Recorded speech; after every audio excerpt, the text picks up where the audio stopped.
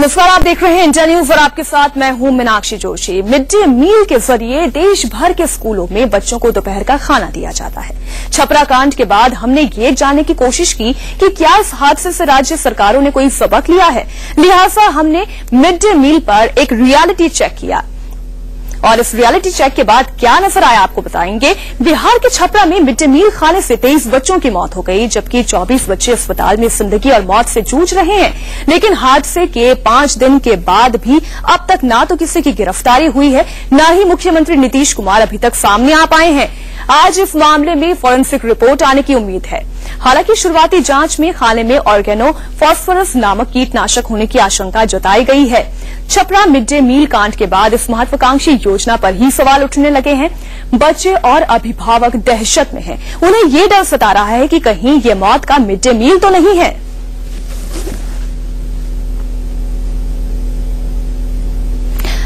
तो mid day मील का reality check India news ने किया और ये जानने की कोशिश की कि क्या राज्य सरकार ने छपरा में हुए इस पूरी घटना के बाद कोई सबक लिया है या नहीं लिया है।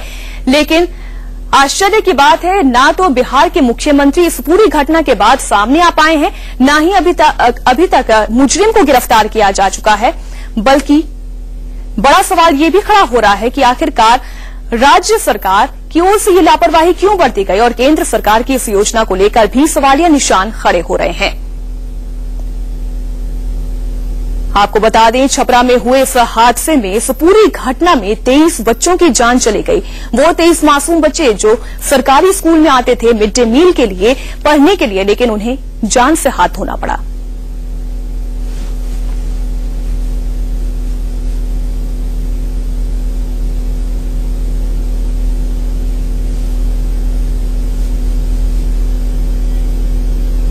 फॉरेंसिक लैबोरेटरी के डायरेक्टर उमेश सिन्हा से जानने की कोशिश की हमारे संवाददाता ने कि आखिरकार उस मिड डे मील में क्या था जिसकी वजह से 23 बच्चों की जान चली गई। 16 जुलाई को छपरा के धर्मासती स्कूल में जो कुछ हुआ उससे पूरी दुनिया वाकिफ हो गई है। बड़ी चुनौती है बिहार सरकार के फॉरेंसिक साइंस में भी, और फॉरेंसिक साइंस लैब के डायरेक्टर हमारे साथ मौजूद है उमेश कुमार जी। हम इससे बात करेंगे, जानने की कोशिश करेंगे कि बच्चों की जो मौत हुई है, ये जो अकाल मृत्यु बच्चों को हुई है इस प्रदूषित भोजन खाने के बाद, तमाम तथ्यों की जानकारी फॉरेंसिक साइंस में ली जा रही है, तमाम तथ्यों की जांच की जा रही है, केमिकल एनालिसिस यहाँ किए जा रहे हैं, रिपोर्ट भी संभावित है कुछ घंटे में। तो सबसे पहला यह है कि जो जांच के लिए सैंपल आपके पास आया है उनमें कौन कौन सा चीज सैंपल मंगाया आप लोग? हमारे यहाँ जो भेजा गया है, जो एग्जामिनेशन के रूप में प्रदर्शन जो प्राप्त हुआ है, उसमें जो है हमारे वैज्ञानिक वहाँ पर गए थे, साइंटिस्ट जो पीओ पर, तो लोग के द्वारा ये कलेक्ट किया गया था। चावल था और थाली जो था उसमें कुछ सब्जी का भी अंश था, एक डब्बा जिसमें संभावित जो है सरसों वाली जैसा पीला लग रहा था, तो उन लोग के द्वारा कलेक्ट करके वहाँ पर जो है पुलिस अफसर को दे दिया गया था और उसको जो है यहाँ पर केमिकल एनालिसिस के लिए हमारे लैब में आया है। अभी हमारे यहाँ वो जांच चल रही है। जांच समाप्त होने के बाद जो है अंतिम चरण में जो भी निष्कर्ष आएगा यहाँ से जो है रिजल्ट दिया जाएगा। क्योंकि जो बातें कही गई थी कि जो सरसों का तेल था वो सरसों का तेल नहीं था, वो ऑर्गेनिक फास्फोरस था, उसी में सब्जी बना दी गई थी, ये सरकार भी कहती है और शिक्षा विभाग भी कह रहा है। तो जो सैंपल प्राप्त किए हैं उसमें जो बचे हुए थे डब्बे में, जो थोड़ी सी मात्रा बची हुई थी, सब्जी बनी हुई और जो डब्बे में बचे हुए सैंपल हैं, वो दोनों को जो कंपेयर किया गया तो क्या मिला? नहीं, हमारे यहाँ जो जांच चल रही है, जो रिजल्ट हमारे पास आएगा उसके बाद हम बता पाएंगे। तो यह जो ऑर्गेनिक फास्फोरस है इसकी तीव्रता कैसी होती है और इसका इस्तेमाल किसमें होता है? तो डिफरेंट जो है इसमें मेडिसिन में होता है, पॉइजन में भी होता है, लेकिन हमारे पास अभी जो जांच चल रही है उसमें स्पष्ट अभी हम नहीं बता पाएंगे कि क्या है नहीं है। जांच संपन्न होने के बाद हम बता पाएंगे। जो सैंपल आया है उसमें चावल दाल भी है, तेल भी है, सब्जियां हैं, पके हुए खाने हैं, कच्चे खाने का सामान है और वेसरा भी आया बच्चों का। ये जो भी हमारे पास आए हैं, हमारे साइंटिस्ट उसमें जो है लगे हुए हैं। जांच में समय लगेगा कि मास में आया है, वहाँ पर कैजुअल्टी हुआ है, जितने जो बिछड़ा है अभी हमारे पास है, उसमें बहुत टाइम लगेगा। लेकिन हम लोग चाहेंगे कि कुछ हम लोग को जो रिजल्ट आ जाए हम सरकार को भी बता दें। क्योंकि जाहिर सी बात है अब ये तो बहुत बड़ा सवाल यहां उठता है कि आखिरकार बिहार के मुख्यमंत्री कहां हैं। 23 बच्चों की जान चली गई है, 23 इस वक्त अस्पताल में भर्ती हैं, जिनमें से 7 की हालत अभी भी गंभीर बनी हुई है। लेकिन बिहार के मुख्यमंत्री हैं कि वो सामने आने का नाम ही नहीं ले रहे हैं। सवालों के घेरे में है इस वक्त सीएम और उनके सवाल। मिड डे मील कांड में अब तक क्यों चुप रहे नीतीश कुमार? 5 दिन बीत जाने के बाद भी अभी तक नीतीश कुमार क्या वजह है कि सामने नहीं आ पाए हैं? अपने सीएम आवास से 5 किलोमीटर दूर पीएमसीएच अस्पताल तक नहीं जा पाए हैं कि वो बच्चों का हालचाल जान सके। आखिरकार क्या कोई डर है जो उन्हें परेशान कर रहा है? किसके डर से वो सामने नहीं आ पाए हैं? इंडिया न्यूज के सवाल है। पैर की उंगली में फ्रैक्चर होना क्या वाकई में इतना गंभीर मामला है जो नीतीश कुमार को बच्चों से मिलने से रोक रहा है, इस पूरे मामले पर बयान देने से रोक रहा है?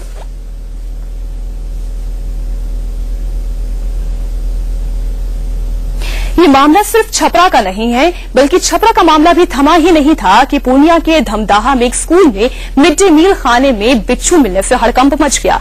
बच्चों को जैसे ही खाने में बिच्छू होने का पता चला तो उन्होंने खाना खाने से ही मना कर दिया।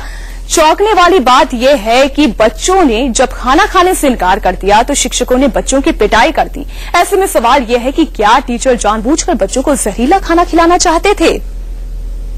तो तस्वीरों में आप देख सकते हैं, तस्वीरों में खाने में बिच्छू साफ देखा जा सकता है। बच्चों ने डर की वजह से जब इस खाना खाने को इनकार कर दिया तो शिक्षकों ने उनकी ही पिटाई कर दी। तो पूर्णिया की तस्वीर हमने आपको दिखाई थी, लेकिन अब हम आपको सुपौल की तस्वीर दिखा रहे हैं। सुपौल की तस्वीर देखकर आप अपने आप ही अंदाजा लगा सकते हैं कि राज्य में इस वक्त किस तरीके से मिड डे मील योजना चलाई जा रही है। कहने को तो केंद्र सरकार की बहुमहत्वाकांक्षी योजना इसे कहा जाता है, लेकिन बिहार सरकार किस तरीके से इस योजना को चला रही है इसका अंदाजा इन तस्वीरों को देखकर भी लगाया जा सकता है। मेनू कार्ड में तो बहुत कुछ लिखा हुआ है, चावल कड़ी, चावल दाल, तमाम चीजें हैं, लेकिन खाना किस तरीके से बनाया जाता है वो देखिए। मिड डे मील के सबसे बड़े रियलिटी चेक के दौरान राजस्थान का भी हाल हमने जानने की कोशिश की। राजस्थान की कई जगहों पर मिड डे मील मजाक बनकर रह गया है। मिड डे मील की असलियत बताती ये 2 तस्वीरें राजस्थान के अजमेर और जयपुर की है। अजमेर में बीमार कर देने वाले खाना तो उदयपुर में डराने वाली सब्जी। रियलिटी चेक में बात पहले अजमेर की।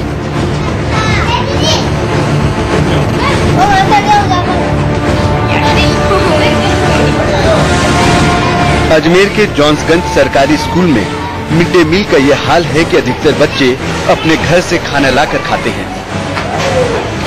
इस सरकारी खाने का नाम सुनकर बच्चे दूर भागते हैं। मिड डे मील का रियलिटी चेक करने के लिए जब इंडिया न्यूज अजमेर के इस स्कूल में पहुंचा तो बच्चों ने मिड डे मील का डरावना सच बताया। खाना लेके आते हैं? हाँ। यहाँ नहीं खाते? नहीं। क्यों? इधर का अच्छा नहीं लगता, कचरा आते हैं खाने में। और वो जो आलू की सब्जी आती है ना, उसमें वो छिलके भी नहीं डाल देते, साबुत आलू आ जाता है, इसलिए हम नहीं खाते। और बेटा आप? कुछ नहीं। आप भी नहीं खाते यहाँ पे? नहीं, इधर का कोई बच्चा नहीं खाता, नहीं आता यहाँ। और आप गुड़िया? नहीं। आप भी नहीं खाते? क्यों? क्योंकि यहाँ के खाने में कीड़े आते हैं, कीली आती है और कील भी लाते हैं। ये बच्चे यूं ही घर से खाना नहीं लाते, क्योंकि अब जो तस्वीर हम आपको दिखाएंगे उसे देखकर आप खुद कहेंगे ये खाना है या फिर बीमार करने का तरीका। बाल्टी में जो खाना रखा है यही इन बच्चों को मिड डे मील के नाम पर दिया जाता है। इतना ही नहीं, ये बच्चे अपने हाथों से ही इस खाने को निकालते हैं। जिस जगह पर ये खाना रखा गया है वो जगह कितनी साफ सुथरी है आप खुद देख सकते हैं। अब जरा दूसरी तस्वीर देखिए, उदयपुर का भी यही हाल है। रोटियों पर भिनभिनाती मक्खी, बीमार कर देने वाली खुले में रखी गई सब्जी। मिड डे मील में परोसे जाने वाले इस खाने को देखकर अब बच्चों के माता पिता कहने लगे हैं कि वो अपने बच्चों की जान के साथ खिलवाड़ नहीं कर सकते, लिहाजा घर से ही टिफिन भेजेंगे। गिल्ली गिल्ली रोटी आती है, अच्छी नहीं लगती है, दाल भी अच्छी नहीं आती है। खाना खाओगे यहाँ पे या टिफिन लाओगे? टिफिन लाएंगे, खाना या नहीं खाएंगे। क्या खाना तैयार करोगे या टिफिन भेजोगे? हम टिफिन भेजेंगे इधर से तैयार करके बच्चों के लिए। ये खाना अच्छा नहीं इसलिए नहीं खिलाएंगे, बच्चे बीमार पड़े, जिम्मेदार कौन है सर इसका? लोगों का आरोप है कि कई बार खराब खाना की शिकायत दी गई, लेकिन कोई सुनने वाला नहीं। इस तरह से नहीं होती है तो जो बच्चे जैसा रुचिकर होता है वो खाना भी नहीं होता है, और कई बार उसमें कीड़े और लट्टे भी प्राप्त हुई, दिखाया भी सही, हमने इसकी कंप्लेंट भी दर्ज कराई, लेकिन कोई कार्रवाई नहीं हुई। जाहिर है इन तस्वीरों से साफ है कि छपरा मिड डे मील कांड के बाद भी राज्य सरकारें चेती नहीं है और गरीब बच्चों की जान को लेकर सरकार की गंभीरता का भी पता चलता है। उदयपुर से कपिल श्रीमाली के साथ संजय गर्ग, अजमेर, इंडिया न्यूज।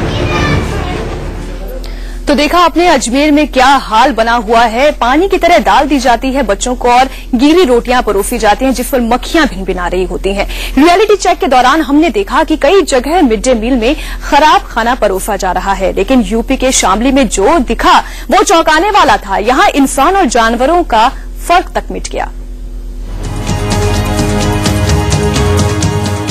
केंद्र की योजना थी कि मिड डे मील के जरिए बच्चों को न केवल स्कूल तक लाया जाए बल्कि उन्हें जरूरी भोजन भी मिले। अशिक्षा और कुपोषण से निपटने में मिड डे मील कितना कारगर साबित हुआ ये तो नहीं कहा जा सकता, लेकिन इसने इंसान और जानवर के फर्क को मिटा दिया है। भरोसा नहीं होता तो यूपी के शामली के प्राइमरी स्कूल की ये तस्वीर देखिए। अखिलेश राज में मिड डे मील के परोसे जाने के दौरान इंतजाम इस कदर हैं कि कुत्ते भी बच्चों के बीच बेरोक टोक पहुँचते हैं। ये तस्वीरें उस समय की है जब बच्चे शामली जनपद के मुंडेट कला गांव के प्राइमरी स्कूल में मिड डे मील खा रहे हैं। हालांकि स्कूल में मौजूद लोगों को कैमरे का आभास था, लिहाजा फौरन कुत्ते को भगाया गया, लेकिन रियलिटी चेक में मिड डे मील की असलियत तो सामने आ ही गई। ये तो आपने एक तस्वीर देखी। अब सर्व शिक्षा अभियान के नारे सब पढ़े सब बढ़े की कड़वी सच्चाई बताती दूसरी तस्वीर देखिए। यहाँ बच्चा खाना खाने के बाद सीधे क्लासरूम नहीं जाते, बल्कि खाने के बाद जद्दोजहद बर्तन धोने की होती है। खाने के बाद एक नल पर सैकड़ों बच्चे अपनी अपनी थाली के साथ जमा होते हैं। हालांकि इस बारे में जब प्रिंसिपल साहब से बात की गई तो वो इसे बच्चों की मर्जी बताते हैं। बर्तन मतलब बच्चे बर्तन मांगेंगे, रसोईया मांगते हैं बर्तन, तो उसके बाद बच्चों इसका मन नहीं करते, वो अपने सफाई करना है, बर्तन आप दोबारा धोना है। वो मैंने देखा था हमारा कैमरा चला, उसके बाद आप लोगों ने बच्चों को उठाया। नहीं हटाऊँ अपना, तुम भटक तो नहीं हटाऊँ, कैमरा आ गया तुम अपना भी मुझे मन जो जिसका मन नहीं मानते वो साफ कर रहे हैं। उसके बाद ही बच्चे खुद पानी भर रहे थे बर्तन साफ करने के लिए। बर्तन में ये भर जा बच्चे तो जिसकी मर्जी वो कर ले अपना आप ही, हमने रसोईया करें कुछ कभी। उम्मीद है कि प्रिंसिपल साहब की इस दलील को अखिलेश यादव भी सुनेंगे कि उनके राज में मिड डे मील के बदले बच्चों से क्या कराया जा रहा है। Varun Pawar, Shamli, India news. Break के बाद एक बार फिर आपका स्वागत है। ब्रेक पर जाने से पहले हमने आपको बिहार, उत्तर प्रदेश और राजस्थान में मिड डे मील की हाल बताए थे और अब आपको दिखाते हैं मध्य प्रदेश में इस योजना की हकीकत क्या है। आपकी टीवी स्क्रीन पर इंदौर, बैतूल और छतरपुर की 3 तस्वीरें हैं। इंदौर में नांदी फाउंडेशन 200 से ज्यादा स्कूलों के बच्चों के लिए भोजन तैयार करता है, लेकिन कई स्कूलों में इसकी रोटी खाने से बच्चों ने इनकार कर दिया। और अब आपको तस्वीरें दिखाने वाले हैं हम इंदौर की। ये तस्वीरें आप इंदौर की देख रहे हैं और खाने की हकीकत देखिए क्या है। मिड डे मील को लेकर यहाँ की सरकार कितनी गंभीर है, ये खाने की गुणवत्ता को लेकर ही अंदाजा लगाया जा सकता है। इंदौर में मिड डे मील को लेकर नए दिशा निर्देश जारी किए गए हैं। आदेश दिया गया है कि बच्चों को परोसने से पहले टीचर खाना चखेंगे। आदेश दिया गया कि अगर मिड डे मील को लेकर शिकायत आई तो संबंधित एजेंसी के खिलाफ कार्रवाई की जाएगी।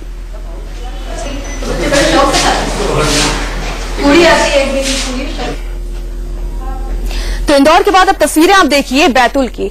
इंदौर में भले ही सतर्कता बढ़ती जा रही हो, लेकिन लगता है कि बैतूल प्रशासन ने बिहार के छपरा में हुए घटना से कोई सबक नहीं लिया है। बैतूल में कई सरकारी स्कूल ऐसे हैं जहां बच्चों को बीमार कर देने वाला खाना परोसा जा रहा है। इतना ही नहीं, जिस किचन में खाना बनाया जा रहा है उसकी हालत भी देखने लायक है। तो बैतूल के बाद अब आप हालत देखिए छतरपुर में मिड डे मील की क्या योजना है और किस तरीके से इसे अंजाम दिया जा रहा है।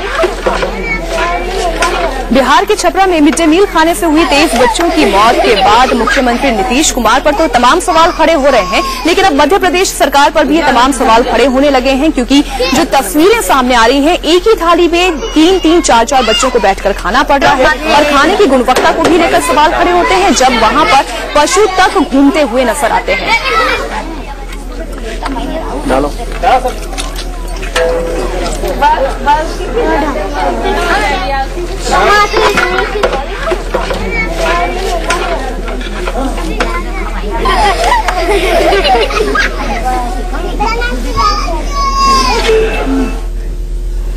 तो तमाम राज्यों में जब इंडिया न्यूज ने रियलिटी चेक किया तो मिड डे मील की असलियत पूरी तरह से सामने आ गई कि आखिरकार कितनी गंभीर हमारी राज्य सरकारें हैं इस खाने को लेकर, इस पूरी योजना को लेकर। बिहार के छपरा में मिड डे मील का सच सामने आ गया। 23 बच्चों की मौत हो गई, लेकिन नीतीश कुमार की चुप्पी है जो टूटने का नाम नहीं लेती। वो ना तो छपरा गए, ना ही पीएमसीएच गए, और अब सवाल यह है कि आखिर मुख्यमंत्री इतना कहां बिजी हैं कि उन्हें मरहम तक लगाने का वक्त नहीं मिला। बिहार में मातम पसरा है।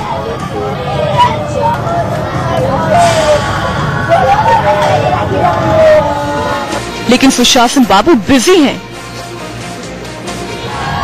बिहार गुस्से में सुलग रहा है और नीतीश कुमार बैठकों में व्यस्त है। अपनों को खो चुके परिवार वाले दर्द से करहा रहे हैं।